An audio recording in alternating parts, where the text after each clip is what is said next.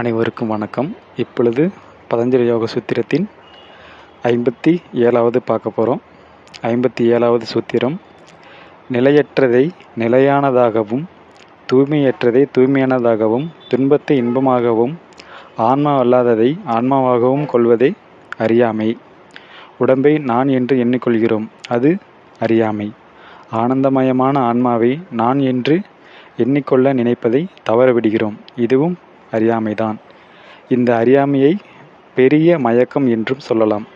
சரியானதை அறிய தவறுவதும், சரியானதை அறிந்து கொண்டிருப்பதும், அதாவது தவறானதை அறிந்து கொண்டிருப்பதும், சரியானதை அறிய தவறுவதுமே அறியாமையே.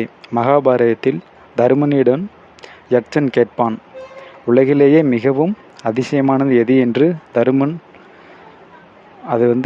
உலகிலேயே மிகவும் அதிசயமானது எது என்று தருமன் சொன்னான்.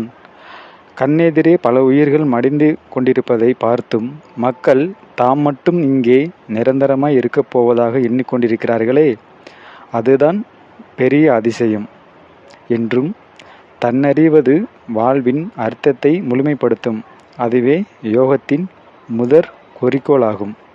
இதுதான் 57வது சூத்திரம். மீண்டும் அடுத்த ஒரு சூத்திரத்தில் சந்திப்போம். நன்றி, வணக்கம்.